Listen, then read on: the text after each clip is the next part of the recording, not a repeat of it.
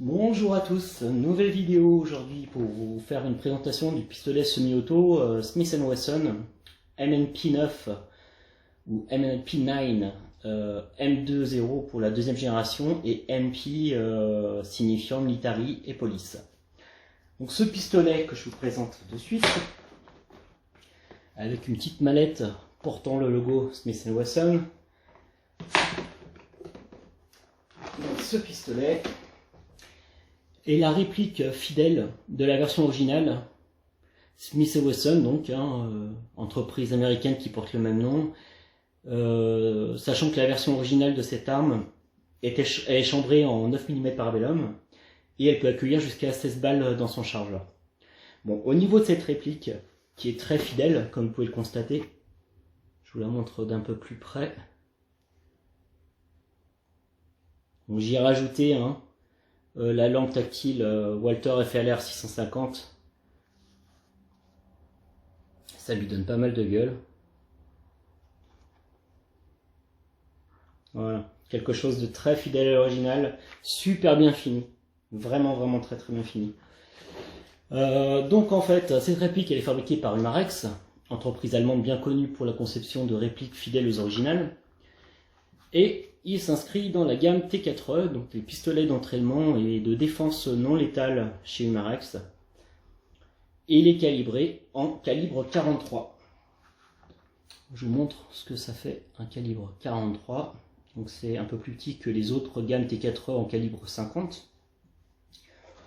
Voici la boîte typique de munitions en calibre 43 à rubber steel, c'est-à-dire qu'elles sont enrobées de caoutchouc et à l'intérieur elles ont un noyau de poudre de métal pour les rendre plus dures. Voilà. Donc comme j'ai l'habitude de le faire, je vais vous mesurer une des munitions, histoire que vous ayez vraiment un détail précis. Donc c'est des balles qui font 10 mm. Voilà. Au niveau du poids, donc je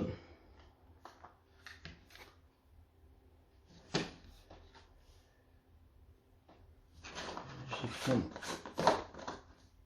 le capot pour mettre la balle. Je vais vous embarquer comme j'aime bien le faire pour que vous participiez aussi un peu. Non, déjà je vais calibrer le tout. Voilà. Et donc on est sur du 1,5 g, un peu plus d'1,5 g. Je vais en prendre une seconde pour voir au cas où. On est sur du 1,5 g. Voilà, 1,52 pour être plus précis. Voilà, je vous replace ici. Donc, comment est faite cette arme?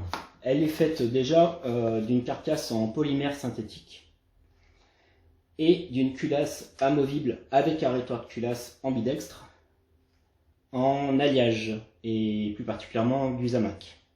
Bien sûr, on a ici une ouverture de culasse fictive puisque le calibre 43 sortira directement par la bouche du canon et il n'y aura pas d'éjection de douille. Il s'arme de la même manière qu'un pistolet semi-automatique. Voilà, je l'ai vérifié avant pour ceux qui s'inquiètent. Il est muni d'un chargeur 8 coups. Donc comme je vous disais, contrairement à son original qui est en 9 para et qui lui en a 16, 15 plus 1 je crois, celui-ci c'est du 8 coups. Avec ici un capuchon nous permettant d'accéder directement via une clé Allen à la fixation et à la percussion d'une sparklette de 12 grammes, constituera ici au niveau du chargeur. Alors là justement vous avez peut-être pu voir, j'ai un aimant qui permet de vérifier que la culasse n'est pas en acier, c'est bien de l'alliage. Voilà. Ensuite, qu'est-ce que je peux vous dire de plus? Il pèse 765 grammes au catalogue et il est muni d'un rail Picatinny à l'avant sur lequel moi j'ai donc monté la lampe Walther FLR 650 qui fait laser et que je vous avais présenté, et lampe, et que je vous avais présenté dans une précédente vidéo. Au niveau des accessoires, il est fourni avec la mallette de transport que je vous ai montré en début de vidéo. Un ressort supplémentaire de chargeur, une clé Allen bien sûr pour fixer la sparklette, et un tire-chiffon de nettoyage, plus une notice d'utilisation pour le nettoyage également. Enfin, il est vendu pour une puissance entre 5 et 7,5 joules. Voilà, donc on va le préparer.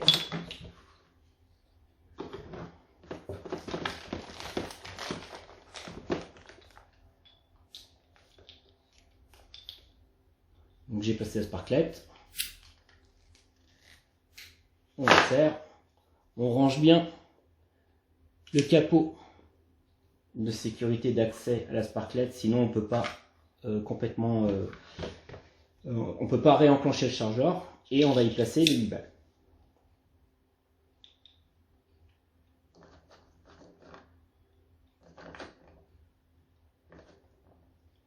Alors, il faut savoir qu'on peut tirer jusqu'à 4 chargeurs en autonomie, et on commencera à avoir une perte de puissance à partir du 4e chargeur. Voilà. Ensuite, là, il y a une sécurité au niveau des balles. On enlève. Donc, je sais plus comment j'en ai mis. 1, 2, 3, 4, 5, 6, 7. Je crois qu'ils m'en ont fait. Voilà. Donc, on réenclenche le chargeur. Et on n'a plus qu'à tirer la culasse à l'arrière pour l'armer. Allez, place au test. À tout de suite. Bon, nous revoilà. Malheureusement, changement de plan. J'avais prévu de faire également un test chronie pour vérifier la puissance en joules du T4E Smith & Wesson, mais malheureusement, le chronie que j'ai est plutôt orienté Airsoft. Il l'affiche normalement pour étant capable d'aller mesurer jusqu'à des puissances, je sais plus combien, 100 joules ou quelque chose comme ça. Mais il faut se rendre à l'évidence, autant sur l'Airsoft ça marche bien, j'avais eu l'occasion de le tester, autant dès qu'on essaye de monter un peu plus en puissance, ça ne fonctionne pas. C'est pas grave. Donc j'avais déjà testé un chargeur pour le chronie. Je vais du coup vous positionner ici, et on va quand même sur cette cible faire un test en fait de tir pour voir le groupement de l'arme. Voilà, alors je vais tirer normalement sans la lampe tactique puisque celle-ci n'est pas encore réglée. Alors on est à peu près à 7 mètres, peut-être un tout petit peu plus. Allez. On voit qu'on tire quand même bien plus en haut à droite que l'endroit où j'ai visé. J'essaie de me régler.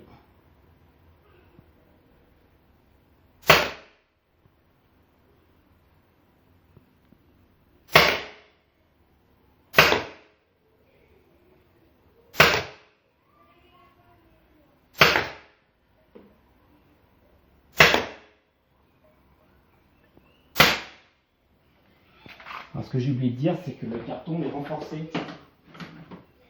Il est renforcé donc avec plusieurs couches de carton, c'est pour ça qu'elles ont peut-être du mal à pénétrer, parce que sinon habituellement sur du double couche, tout serait rentré. Sans problème.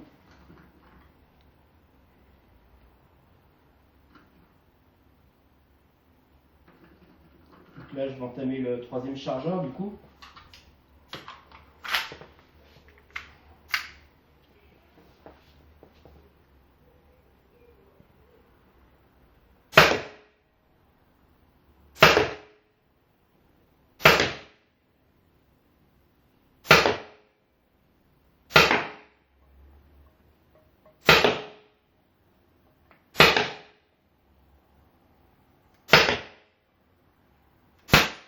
Vous voyez. Le 2e chargeur du coup est beaucoup plus groupé et mieux tiré, puisqu'en fait le 1er chargeur, le chargeur précédent m'a permis de me régler.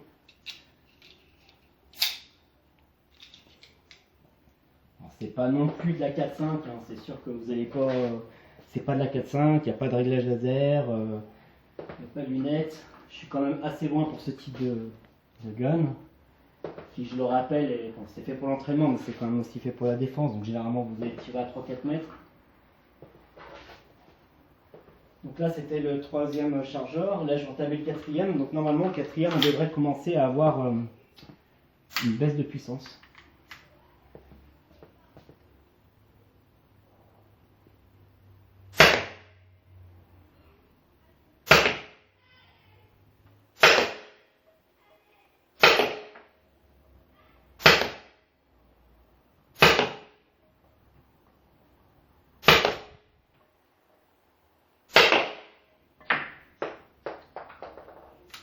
Voilà, donc là, ça ne veut pas partir.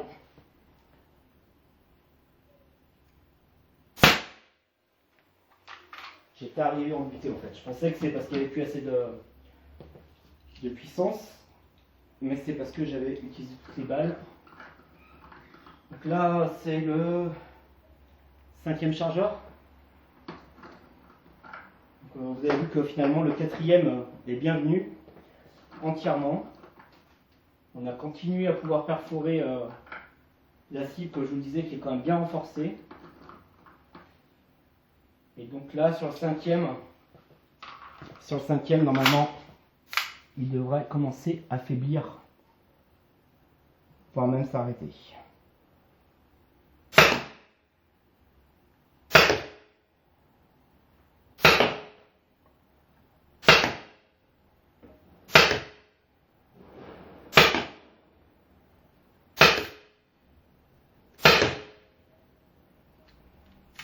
Voilà. Donc le 5e est vide. Je pourrais peut-être en faire encore un dernier, mais je sais par expérience que ce serait un peu compliqué de continuer à viser et à transpercer la cible à partir de ce chargeur-là. Voilà. Donc comme vous avez pu le voir, ça a quand même pas mal d'autonomie. Ça tape assez fort. Ça reste précis. Bon, ben, le premier chargeur, comme je vous ai dit tout à l'heure, le temps un peu de se régler. Je suis pas non plus à côté au niveau de la cible. Je suis pas non plus un grand tireur. Mais par contre, au bout de quelques chargeurs, vous réglez un peu et ça fait quelque chose de très sympa. Quelque chose que j'ai oublié de dire aussi, c'est qu'au niveau de la détente, il est assez agréable. La course est bonne, bien mieux que ce que pourrait faire un HDR 50 ou j'imagine un HDP 50. En tout cas, elle est plus souple et elle a une course un peu plus agréable. On se reprend tout de suite pour la conclusion. Bon, et bien nous revoilà pour la dernière partie de la vidéo. Donc pour la conclusion, alors qu'est-ce que je peux dire? Déjà j'ai remis en sécurité le pistolet, plus de balles dans le chargeur. J'ai désamorcé la sparklet, hein, donc je suis allé par ici, on retire le capot. J'ai dit la sparklet, d'ailleurs je vais en profiter pour l'enlever complètement, la retirer complètement.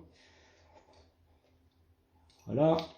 Alors petite chose importante, il faut revisser derrière pour pouvoir réenclencher le capot. Sinon vous serez embuté. Et ça accroche.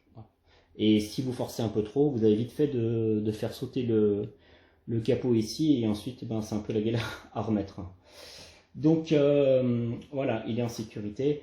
Vous avez remarqué aussi donc, que j'avais enlevé la lampe tactique FR 650, déjà d'une part parce qu'elle n'est pas réglée, et ça m'aurait servi à rien pour le tir, pour l'instant elle n'est pas réglée, et également parce que lorsque j'ai voulu faire le test chronie, j'ai eu besoin de m'approcher au plus près de l'embouchure du chrony, et la lampe tactique avait tendance à me mettre un petit peu trop loin. Vous avez vu que l'embouchure de ce chrony là était toute petite. J'avais vite fait de le prôner lui plutôt que de prôner la cible qui est derrière. Donc je vais le remettre. D'ailleurs au niveau du rail Picatinny, il est un peu dur, mais bon, un petit peu d'huile ça ira bien. Alors si on pouvait résumer ce test, je vais vous donner en fait les points positifs et les points faibles en fait de cette arme. Bon, déjà, dans un premier temps, au niveau de la finition, je pense que les images parlent d'elles-mêmes, hein, j'ai pas besoin d'en dire bien plus. Vraiment, on a quelque chose de vraiment très soigné, très bien fini. Il a vraiment de la gueule.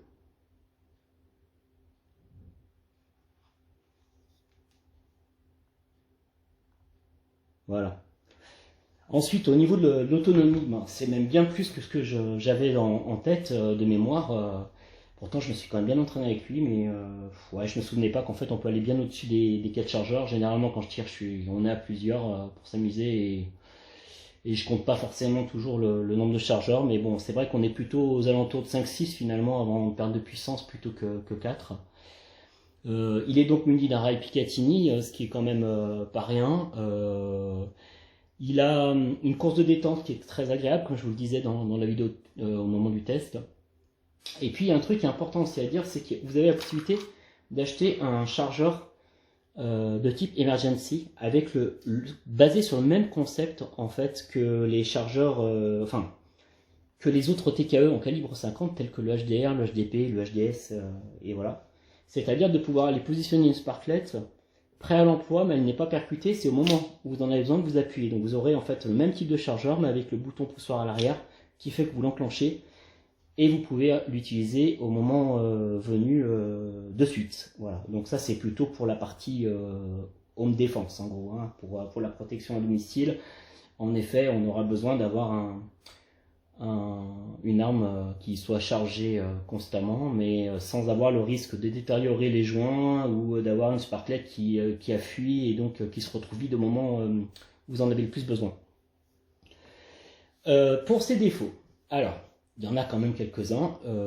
Ces organes de visée qui sont pas réglables, alors même si l'arme est assez précise, déjà notamment surtout parce que la détente est quand même appréciable, elle a quand même tendance de base d'usine donc à tirer pas du tout à l'endroit où vous visez. Bon, après ça pourrait être compensé justement avec une lampe tactique ou une visée laser, mais bon, faut le savoir, voilà. Parfois, vous pouvez aussi avoir quelques incidents de tir en fait qui sont résolus assez facilement si vous entretenez un peu plus régulièrement l'arme, notamment avec de l'huile siliconée adaptée. Ça m'est arrivé quelques fois. Bon, sinon, si vous le faites pas, vous retirez un petit peu dessus, enfin vous retirez la culasse et c'est reparti. Hein, l'incident est réglé de suite. Mais ça peut arriver sur 4-5 chargeurs, vous ayez à un moment donné une balle qui part pas et voilà, ça sera certainement un manque d'huile sur la balle. Ensuite, il n'y a pas d'autre sécurité. Il n'y a pas de sécurité en fait, même à part la rétorculasse, et encore c'est pas vraiment de sécurité, mais a priori il y a une sécurité au niveau de la queue de détente, mais partez du principe qu'il n'y a pas de sécurité sur ce type d'arme. Donc en fait, à faire très attention. Voilà, à décharger et à désarmer lorsqu'on a fini de l'utiliser. Et enfin, son plus gros défaut, si je puis dire que c'est un défaut, ce serait que ça serait son tarif assez élevé, parce qu'en fait, là, vous payez également donc la finition et la marque, et il faut compter entre 225 € à 270 €, selon le vendeur que vous trouverez, pour acheter cette arme avec le kit classique standard, à savoir sans les munitions, mais uniquement, même sans les sparklets, mais uniquement avec la mallette et les quelques équipements que je vous ai montré tout à l'heure. Voilà, je pense qu'on a fait le tour. N'hésitez pas à faire des commentaires si vous en avez. Et puis, juste avant de vous quitter, je vais laisser une petite dédicace à JP Badana qui partage des vidéos bien délire sur toutes les armes en catégorie D également, et qui souhaitait avoir une présentation de ce gun. Donc je vous mettrai sa chaîne en description, n'hésitez pas à y aller. Et cette fois-ci, je vous dis ciao ciao!